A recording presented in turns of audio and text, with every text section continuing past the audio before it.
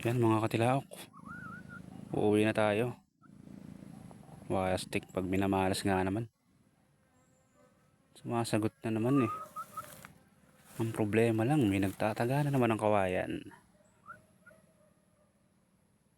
Hindi lang yun eh. May nagpapaputok pa ng boga. Diyan sa may banda dyan. Plastic na yan. Makakatsamba ba tayo ito? Lagi na lang may bulilyaso.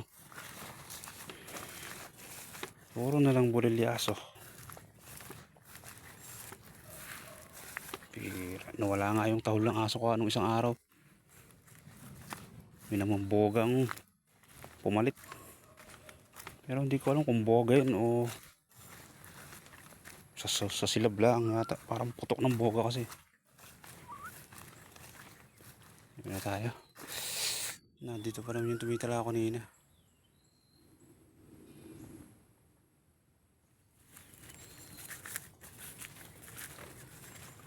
Parang hindi parang Enrin yung tumitala kay Edward.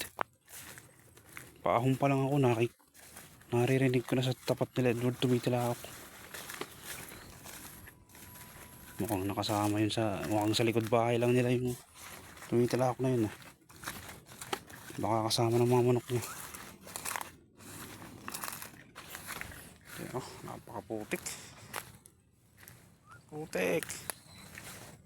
Putik pa yan dapat talaga tuyo yung lupa. Tuyo. Parang labuyo nakakapagkaykay. Kapag ganyang tuyo ang lupa, ang labuyo uwi permi. Kasama babae. Kasi pag tuyo yung lupa, nangangalkal sila ng anay. O yung basta yung makakain sa lupa. Yan.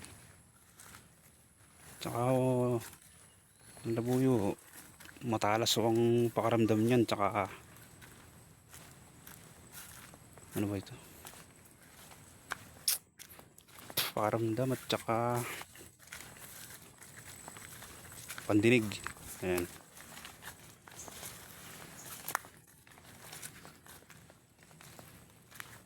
Ayan. Siguro mag-aan na muna lang tayo. Mag-aantay na tayo lang tayo matuyo lupa. O baka mag-ano na lang muna tayo, magsilo. Silo o kaya sa ibang lugar kasi hindi alam ang silo. Bitag. Ayan. Baka magbitag na lang tayo. Ayan. Ito na. Ayan na tayo.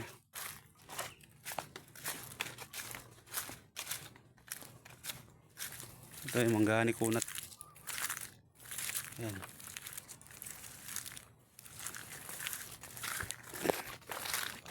Taas lang namin yan.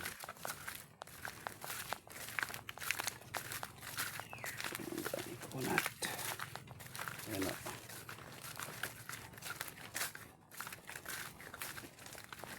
Ito. Baka may nakakakilala nito. Ang ibon. Ito naman.